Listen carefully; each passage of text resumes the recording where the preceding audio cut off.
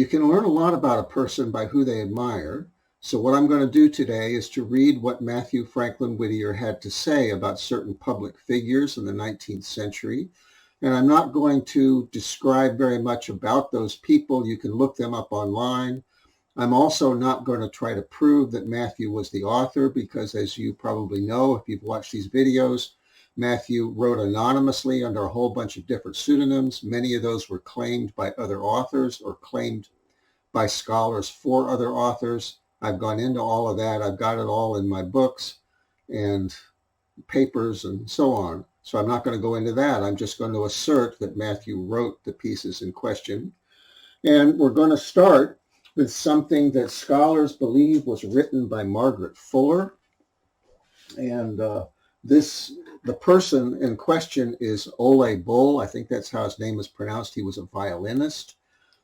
Mathew wrote about him in the New York Tribune, the Daily Tribune, and we're talking October 1st, 1845, the daily edition.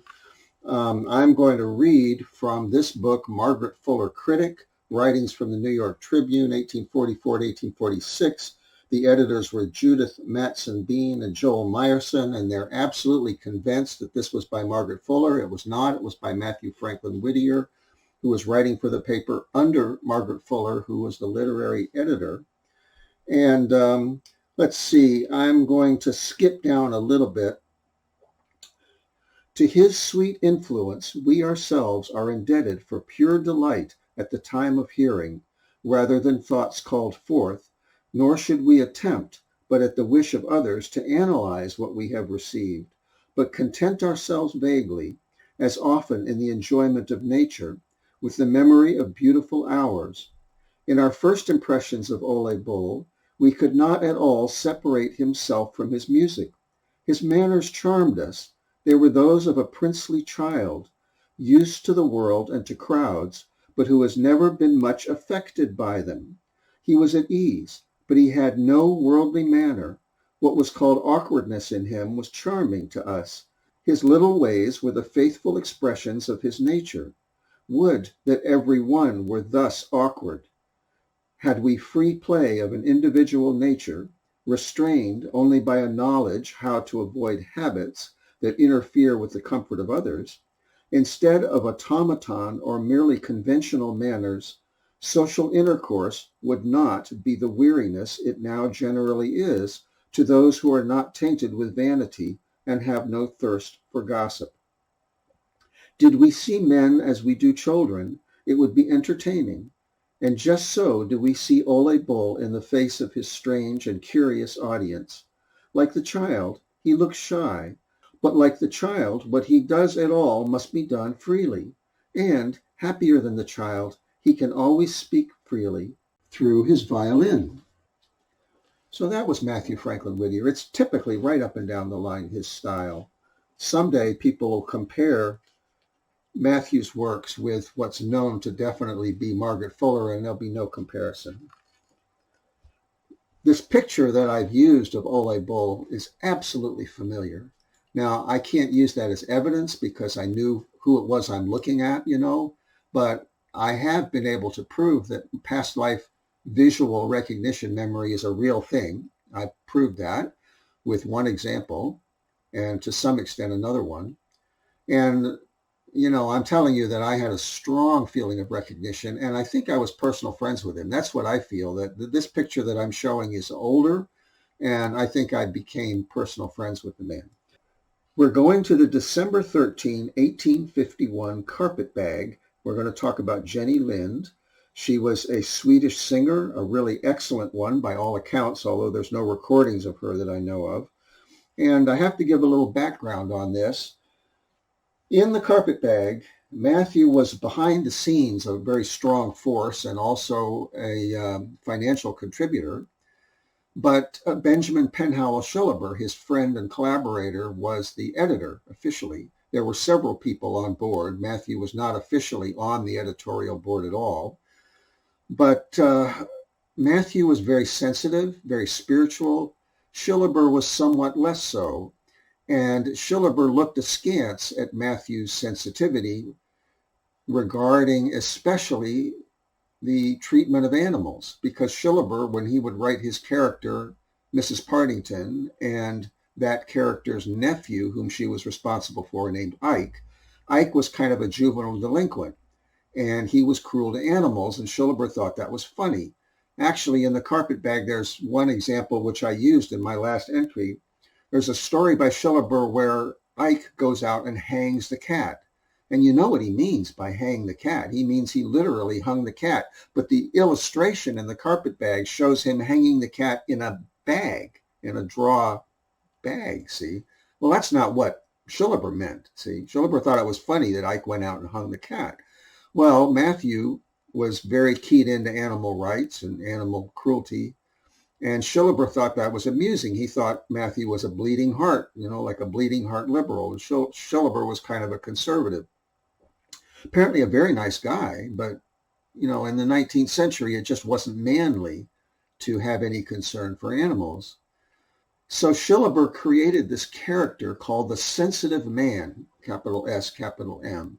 And Mathew played along with it. Well, Mathew played along with Shillaber making fun of him, I think, more than he should, because I don't think it was as light-spirited as Mathew assumed it was. But anyway, Shillaber created this character, the sensitive man. Mathew would play along with it, and Mathew would write for it as the sensitive man, apparently. It was a very strange collaboration where, sometimes Shillaber would write and sometimes Mathew would write, and they didn't make a distinction as to who was doing the writing, especially with this character, and another one called Philanthropos, which was really a bleeding heart liberal, So this is the sensitive man writing about Jenny Lind. I had to give you that background. I'm also going to have to get my little pillow out because I've forgotten it yet again.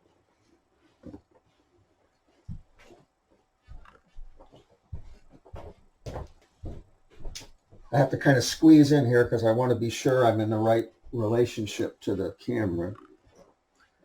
Okay, so it's all informal here, pretty much because it has to be.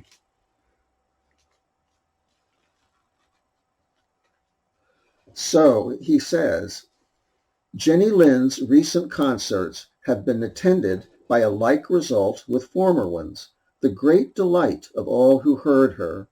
The sensitive man listened to her on Monday evening and was lost in boundless ecstasy. He became oblivious to everything but the enchantress, saw and heard nothing else. He clapped his hands and stamped his feet and fidgeted in his $4 seat. And in the emphatic passages of the singing, where the songstress bowed her head to give the sentiment more force by the gesture, the sensitive man bowed his head also. And when the chantress opened her mouth to pour forth those volumes of sound which filled the room so that we could almost see it, the sensitive man opened his mouth likewise. There was a spell upon him. He seemed like one bewitched. And but few saw his extravagance, for all were nearly as wild as he was. Jenny is soon to leave us, and fortunate are those who have enjoyed or may enjoy the opportunities of hearing her.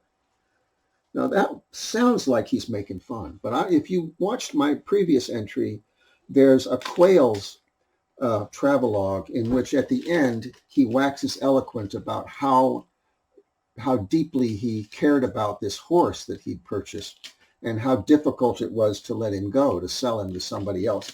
That was not really exaggeration. It was not really humor. That was actually how he felt. And this was Mathew's modus operandi, to take his deep feelings and kind of make fun of them so that people didn't realize that he was being serious.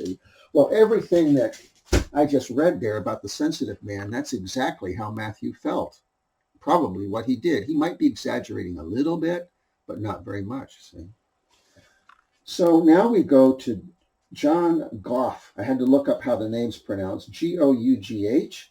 He was an actor, comedian, and a temperance advocate against alcohol abuse. Now, Mathew was the same at this point in his life for most of his life. He fell off the wagon eventually later on in life. And if you read biographical sketches of him in the Whittier lore, they paint him as an alcoholic. Well, he did fall off the wagon for some years in later life for reasons that I won't go into. if there's reasons, for drinking, he had them. He was stuck in a dead-end job and in a loveless marriage, basically. And his career, all of the works that he'd done that were excellent, most of them were claimed by other people, and nobody believed him if he ever tried to tell his closest friends that he had written that, like A Christmas Carol or The Raven. Nobody believed him. Schilleber mocked him, actually, apparently, when he said that he'd written The Raven. And his legacy was scattered all over, and nobody had any idea what he'd written. See, so he had reason to be depressed, shall we say. Whether he had reason to drink or not is another matter. Now, we're going to go to, this is the January 18, 1862 Portland transcript, which you see here, and also hopefully in the cutaway shot, if that's working. And let's see, I've got my pillow. This is a dollar store pillow. Everything's done on the cheap around here. Dollar store now, it would be $1.25 if I were to buy it today, but at the time it was $1. Just to let you know, inflation is hitting. Now, this is a series of lectures that were sponsored by the Mercantile Library Association in Portland, Maine. They are all unsigned. They go on for years from the point at which the association was launched, which I think was 1850. Or 1851, somewhere in there. They go on into the 70s, Matthew. Even though he moved to Boston, he would travel to Portland to report on certain of these lectures. So now he's reporting. It's called London by Night, and this is John B. Gough. And the reason I want to read this is because he so deeply admires Gough. Now, part of it is because he's supporting the temperance movement, but part of it is that he really admires a mimic. See, Matthew mimics all kinds of dialects and has for years since he was 12 years old in print. Whether he could do it verbally or not, I don't know. I don't have any way of knowing that. But he deeply admired people who were really good mimics, see. So now I'm going to read this. But the other reason I wanted to read it is the writing. This is some of Matthew's most magnificent prose. And just pay attention to the quality of the writing as well as the person he's describing and his admiration. Nobody will expect us to report Mr. Gough. If one could catch the movement of the west wind, or paint the wild frolic of a colt at play, or in words depict looks, attitudes, and gestures, he might hope to convey a faint idea of one of Mr. Gough's extraordinary comic, serious, humorous, pathetic, and dramatic exhibitions, but not otherwise. We might put down every word he uttered, and yet give no adequate idea of the power of his discourse. He is a speaker to be seen and not read. Words with him go for little. He throws himself bodily into his lectures, and they are nothing without the man, John B. Gough. And yet, what does one see in him on his mounting the platform? Only a little, crooked-legged, somewhat rough-featured man. If you closely scan his features, however, you detect in them a genial spirit and a lurking humor. And if he chances to smile, as he often does after his irresistible outbursts, then you get a glimpse of the man himself, beaming out upon you like a burst of sunshine. His is the sweetest smile we ever saw on the face of man. So full of humor, so bright, so genial, it lights up every feature and throws a radiance over his rugged face, like the level beams of the setting sun falling on some weather-stained cliff and lifting it above the surrounding shadow of approaching night. Of course, the first great element of Mr. Gough's power as a speaker is his dramatic ability. He is not an elocutionist, but a natural actor. He speaks by no rules, and certainly suits his action to no known law of gesticulation. Commencing in a quiet tone, presently up go his arms, back goes his hair. He twists his body about like an eel undergoing the process of skinning. He stoops and places both hands upon his knees. He goes crouching across the platform, pointing his forefinger at the audience. He flings himself up in the air and waves his hand on high as if it were a banner. His power of representation is startling. Every scene with all the actors is brought vividly before the audience. You not only hear his anecdotes, but see them. When he seizes himself by the coat collar and drags himself across the platform, You see the policeman dragging in the resisting culprit as plainly as if the actual scene were before your eyes. And then the mobility of his face, emotions of anger, rage, joy, and sorrow flit across it like light and shade across the landscape on an April day. His power of facial expression is really wonderful. Look, tone, grimace, contortion, frown, scowl, simper, sob, and trembling tear, all are at his quick command. At one moment he is curtsying the old women, at the next the London rough, ready to punch your head. Again he is the tragic actor, doing the heavy style with indescribable scowl, and anon the piteous little street boy, telling with quivering lip that Sandy isn't well. He got run over by a cart, sir, and his arm broke, sir, and he lost his knife, sir, and sixpence, sir, and the doctor said Sandy's going to D.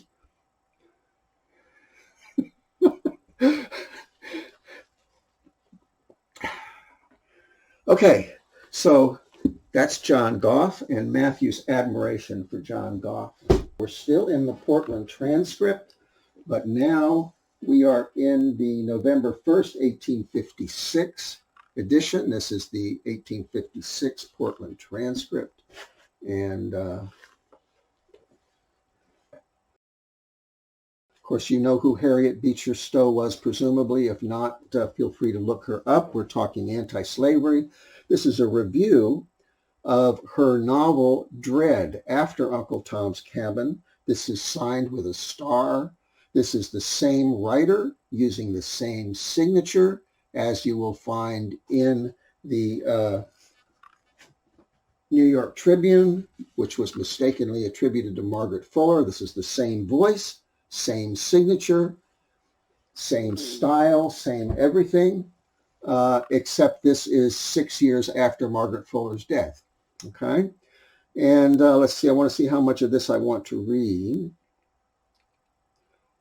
I'll start at the beginning and go on for a bit, because this is a very good example of Mathew Franklin Whittier's style, and I want you to see how he treats slavery. Now remember that Mathew and his brother John Greenleaf Whittier were both abolitionists, but Mathew was very active behind the scenes, much more so than any of the Whittier biographers have ever guessed. I want to mention, before I start reading this, that you will see that Mathew has no professional jealousy at all. I don't in this life either, really. Envy, in the sense of envy. I'm happy to promote other people who are doing good work in my field. I've done everything I can to promote Dr. Jim Tucker and Carol Bowman and other people in the field of reincarnation research. And I would like it if they would promote me in return, but it's never a quid pro quo with me. I always do everything I can to raise the whole field. Well, Mathew was exactly the same way. A year before this review, he had published an anonymous book very much along the same lines called The Rag Picker or Bound and Free. People imagine that was written by George Pickering Burnham. It was not. It's a long story about that. I've written a paper on that. That was Mathew, and his book was well received, but there was no sense of competition. He wanted to see slavery abolished, and any excellent book like this that worked toward that cause he would promote, and sincerely so. So now I'm going to read Dread. This book fully sustains the author's claim to a prominent position among the first writers of the age. The story is skillfully told, and though it lacks somewhat of the closeness and unity of Uncle Tom, it will not be found less interesting. Mathew was strictly honest, in these things. The personal dramatists are not properties, myths, or even dead abstract characters, but real living men and women of the present day, with whom we become gradually acquainted, as by daily intercourse, and with some of whom we are drawn into deep and natural sympathy. The imagery becomes to every reader real, thus showing the book to be the product not of respectable mediocrity, nor even of what we call talent, but of genius, true and genuine. It is not, however, as a work of art simply that this book will excite most attention and interest. The great moral object of the writer raises this work quite above the character of a storybook. It is not aimed at any party, at any section of our country or at individuals as such, but at a great and growing system, the inconceivable wickedness and wrong of which seems to be little understood by the American people. Of our past history as a nation, the sentiment of that truthful line is eminently true. Quote, "We first endure, then pity, then embrace." To show not only the nature and workings of this institution of human bondage, but also the hold which it has upon the whole country and the withering and corrupting influence which it exerts, seems to have been the purpose of the writer in this book. And this object is accomplished so as to leave but small chance for controversy. Frank Russell gives us a very fair and explicit statement of the views and purposes of the Southern politician in regard to slavery and slavery extension. Quote, "The poor white trash do not figure to much advantage in the book, but the figure they make in real life is little if any better, we apprehend. It is devoutly to be hoped that every ministerial Balaam in the land will carefully read and ponder the clerical conference. Another chapter gives dark and gloomy glimpses of the horrible cruelties often practiced under this system, which so far from being exceptional to it, are indeed its ripe and perfect fruits, fruits which it not unfrequently bears in spite of all the restraining influences which are constantly counteracting its infernal tendencies.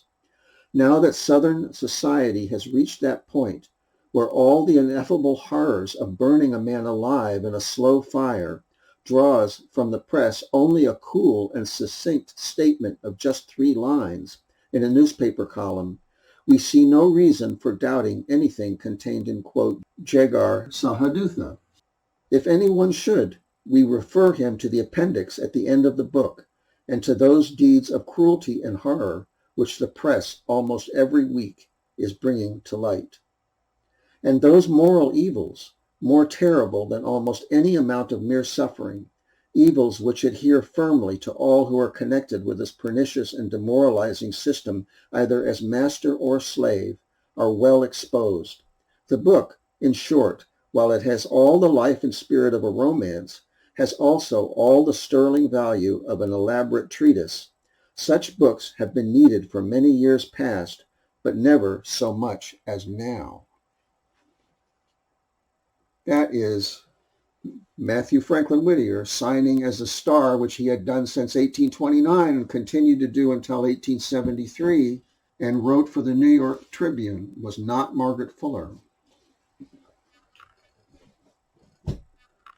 Now we have one more that I want to share, and this is in the Boston Weekly Museum. This is Quails. I have talked about Quails before. It was not entertainer Ashen Dodge. It was Mathew Franklin Whittier.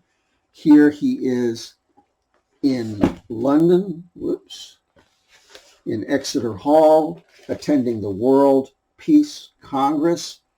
And last time, I believe it was, I showed you actually a drawing of the entire hall the opening day. And there in the reporter's box, right where Quayle says he is, there's Mathew Franklin Whittier looking up. He's looking up instead of writing, because there's no need for him writing his travelogue to report on the opening speech, see?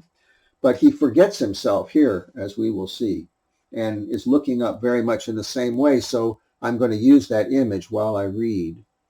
Now, here it says, from our flying correspondence. It's signed London, August 1851. It didn't make it into the Weekly Museum until October 18, 1851. Mathew had just gotten back in America by that time. Now, it goes on, and there's a lot of good material in here, but I'm just going to read the part that has to do with Elihu Burritt, who was an abolitionist. He was called the learned blacksmith. He was also anti-war, as Mathew was, and Mathew admired him deeply, and you will see that. This also is an excellent piece of writing, very much like we saw with John Gough. Elihu Burritt, the learned American blacksmith, now rose amid the waving of hats, handkerchiefs, and deafening cheers, and addressed the Congress.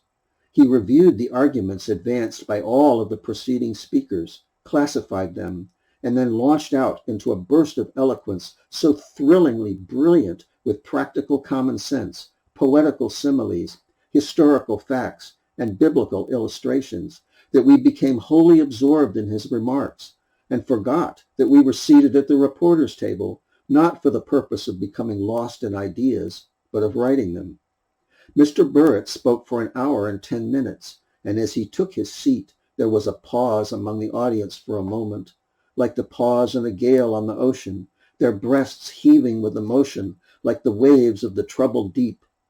It was but momentary, however, for in less time than it takes to write it, between 4,000 and 5,000 persons rose upon their feet and sent forth such a heartfelt shout of approbation as made old Exeter Hall ring and vibrate as it never did before.